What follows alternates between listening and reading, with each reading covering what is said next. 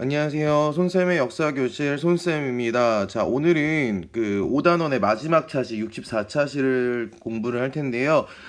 민족 통일전선, 그리고 좌우통합 임시정부 성립, 그리고 광복을 위한 건국 준비 활동에 대해서 한번 살펴볼 텐데, 오늘은 1930년대에서 1940년대를 중심으로 한번 살펴보려고 해요. 우리 광복이 1945년이니까 막바지에 있었던 국외에서 있었던 민족운동이라고 볼 수 있겠습니다. 오늘은 내용이 조금 많을 텐데요. 미안해요. 오늘은 내용이 조금 많을 텐데 같이 한번 정리를 한번 해보는 시간을 갖도록 하겠습니다.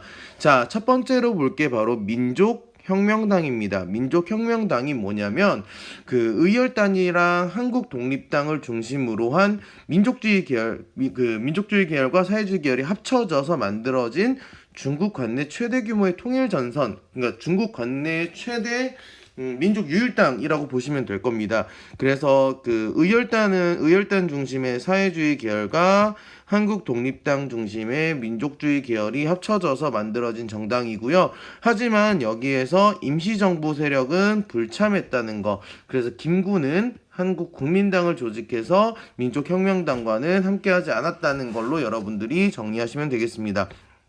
그러다가 나중에는 의열단이 당권을 장악을 하다 보니 우파가 탈당하게 되고 통일전선은 이제 약화되었다라고 합니다. 그래서 어떻게 보면은 그 민족혁명당이 처음에는 좌우 합작단체로 움직였으나 나중에는 사회주의화되어가는 단체로 움직였다라고 보시면 되겠습니다.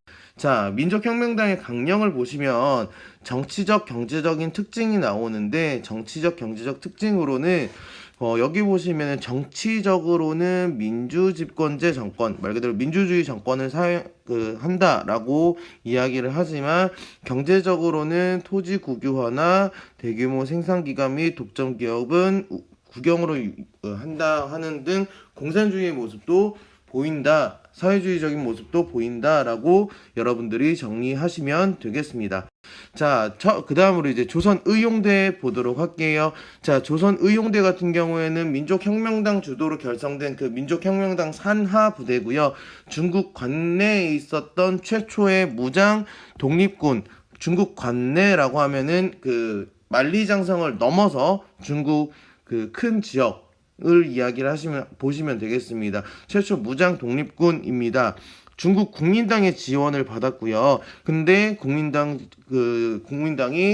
항일 이제 일본이랑 싸우는데 조금 소극적으로 보이자 그 나머지는 이제 항일 투쟁을 하기 위해서 일부는 허북지대를 결성을 해서 중국 공산당과 함께 활동을 했다라고 이야기를 합니다.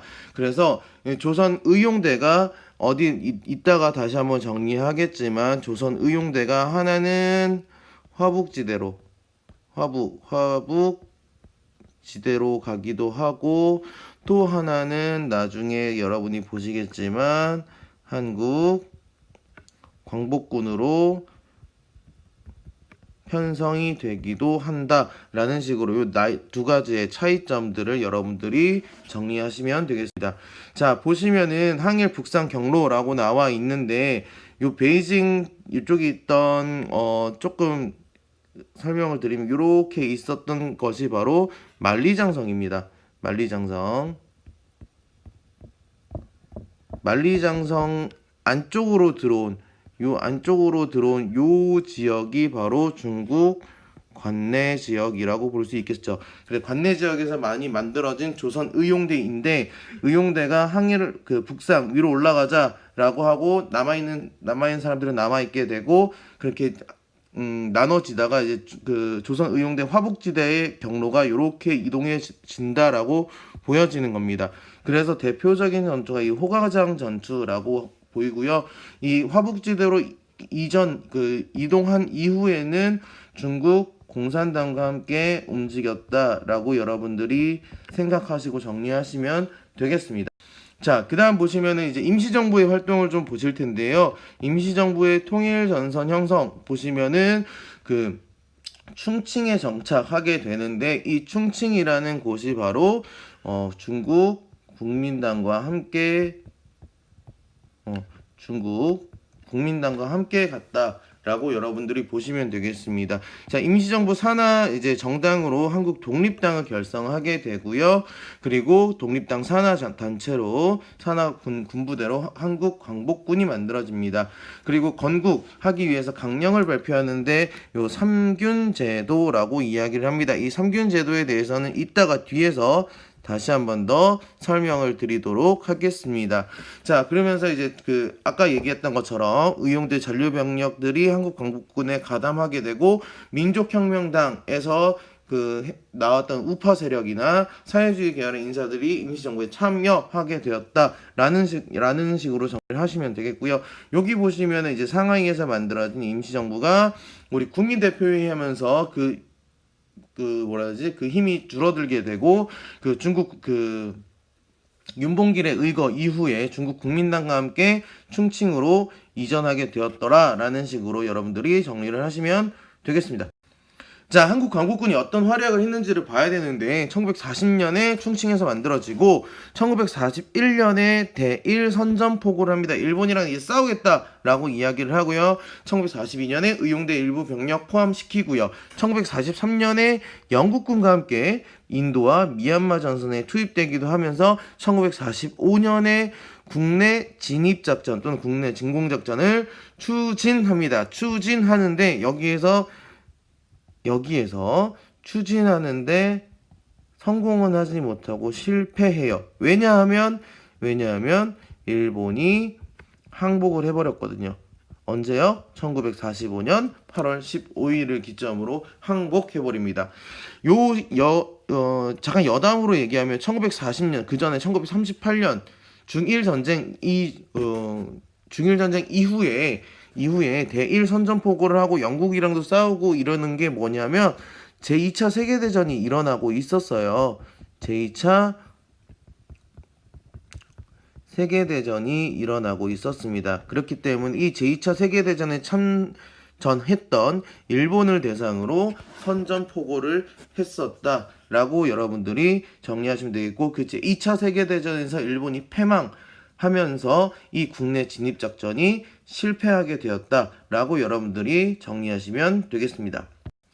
자, 그 다음에 이제 국내에서 그리고 이제 국외에서 예난 지역에 있었던 조선 독립동맹에 대해서 이야기를 하려고 하는데요.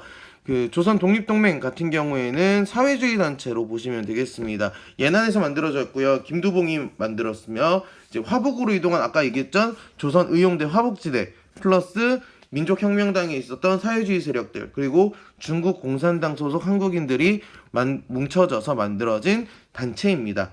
그래서 이 조선 의용대 화북지대를 개편해서 조선 의용군이 되고요. 중국 공산당과 함께 연합해서 대일 항전을 이어간 단체가 바로 이 조선 독립동맹 그리고 조선 의용군이 되겠습니다. 미국에서도 재미한족연합위원회에서 이렇게 미주 한인 단체들을 통합해서 미국에서도 활동했었고요. 그리고 태평양 전쟁이 발발하자 한인 청년들이 미군에 자원 입대해서 제2차 세계대전에 참전했다라고 여러분들이 정리하시면 되겠습니다. 자, 이제 무장봉기론의 대두와 조선 건국동맹에 대해서 보도록 하겠습니다. 무장봉기론이 왜 대두했느냐 보면은 태평양 전쟁, 그러니까 일본이 미국까지 건드리기 시작을 해요. 그래서 하와이를 침공을 합니다. 그러면서 이 전쟁이 길어지자 일본이 패전할 것이다, 그리고 한국이 독립할 수 있을 것이다 라는 것에 확신이 들면서 무장봉기를 준비를 하게 됐죠. 그러면서 일제 패망에 대비를 해서 만들어진 단체, 그게 바로 조선 건국동맹입니다. 조선 건국동맹이 일제 패망에 대비해서 체계적으로 조직을 하고 조선 독립동맹과 연대를 하기 위해서 시도를 하게 되죠. 대표 인물이 바로 이 여운형, 국내에서 활동했던 인물입니다. 자, 우리 민족의 과제라고 나와 있는데, 연합군이 제2차 세계대전을 하면서 연합군이 우리나라를 독립시켜주겠다고 해요. 대표적인 게 카이로 회담과 포츠담 선언입니다. 그래서 한국이 독립투쟁하는 거, 한국을 독립시켜주겠다는 것을 국제사회가 인정을 하고 있는 거죠. 그래서 1945년 8월 15일에 광복을 합니다. 광복을 하는데 우리 힘으로 했느냐? 아니었다는 거죠. 연합국이 이겨서 일본이 그 항복을 선언을 하니까 우리가 독립을 얻어낸 게 이게 문제가 되는 겁니다. 그러더니 이제 연합국이 한국 독립 문제에 영향을 끼치게 되어서, 그래서 남과 북으로 지금 남한과 북한이 나눠져 있는 그런 것들이 문제가 되고 있는 거죠. 자세하게 좀 보면은 그 카이로 선언입니다. 카이로 선언이 여기 나와 있는 게 보면은 한국 인민 노예 상태 유의하여 적절한 절차를 거쳐 한국을 자유독립케 할 것을 결정한다. 요 말이 영어로 얘기를 하면 in due course라는 뜻, 영어 단어예요. 요 단어 하나로 이 적절한 절차라는 것이 이어져서 미국과 소련이 또는 중국과 영국도 포함돼서 이제 남과 북이 갈라지게 되는 이런 것들이 좀 나왔다라는 것이 좀 지금의 우리를 만들지 않았나라는 생각이 듭니다. 요것이 카이로 선언이었다라는 것도 정리를 해주시고요. 네. 자, 아까 이제 임시정부에서 이야기했던 삼균주의를 한번 정리를 해보도록 하겠습니다. 정치, 경제, 사회에서 균등하게 된다 라고 해서 삼균주의인데요. 보통 선거를 통해서 민주공화국을 수립하겠다라고 하는 게 정치적 균등이고요. 경제적으로는 대기업 국유화, 토지 분배를 통해서 균등한 이제 경제 이권을 균등하게 하겠다라는 거고요. 사회는 이제 교육과 관련해서 무상 의무 교육을 실시하겠다라는 이 세 가지의 균등을 통해서 우리나라가 이렇게 만들어 나가겠다라고 보는 겁니다. 사회주의 계열도 똑같이 건국강령이랑 비슷하게 만들었고, 자, 가장 공통점으로 보시면 아까 삼균주의에서 보는 것처럼 민주공화국, 토지개혁 국유화, 그리고 친일 반민족 세력 청산한다는 것이 공통점입니다. 정치적인 특징, 경제적인 특징을 다시 한번 여러분들이 정리를 한번 해 보시면 되겠습니다. 오늘 배운 거 다시 한번 더 정리 한번 해볼게요. 정리를 해보면 민족혁명당에서 갈라져 나와서 민족혁명당을 움직이고자 했으나 민족혁명당에 있었던 조선 의용대라는 산하 군부대가 있었고, 거기에 참여하지 않았던 대한민국 임시정부 같은 경우에는 이제 한국 광복군을 편성을 하는데, 이 조선 의용대 세력이 간단하게 도표로 얘기하면 한쪽은 화북 지역으로 올라가고, 그래서 얘네들이 나중에 조선 의용군이 만들어집니다. 의용군이 만들어지고, 나머지 또 일부 세력은 한국 광복군에 편성이 되는 이런 식으로 쪼개졌던 모습들을 여러분들이 볼 수 있고요. 그리고 임시정부의 활동을 조금 더 정리를 하면, 임시정부 어디로 갔다 그랬죠? 그렇죠. 충칭으로 갔다 그랬고, 그리고 기본적으로 삼균주의라는 건국 이념이 있었다. 그리고 한국 광복군의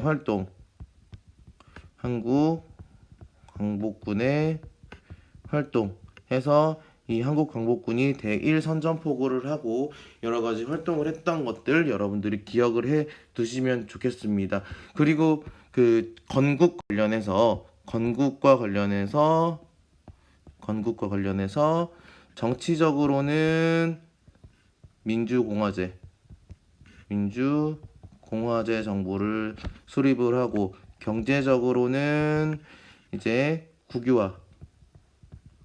국유화와 토지 분배와 관련된 이야기들이 건국에 대한 이야기로 등장했었다. 이거는 그 민족주의 세력도 마찬가지고 사회주의 세력도 마찬가지고 이런 식으로 기본적인 골자로 했었다라는 거. 그리고 그 건국을 하기 위해서 국제사회의 노력, 그래서 카이로 회담과 포츠담 회담 등등이 있었다라는 식으로 여러분들이 정리하시면 되겠습니다. 자, 다음 시간에 이제 마무리해야 되겠죠? 그래서 다음 시간에는 5단원을 마무리하는 활동으로 5단원을 끝까지 정리를 한번 해보도록 하겠습니다. 고생 많았습니다.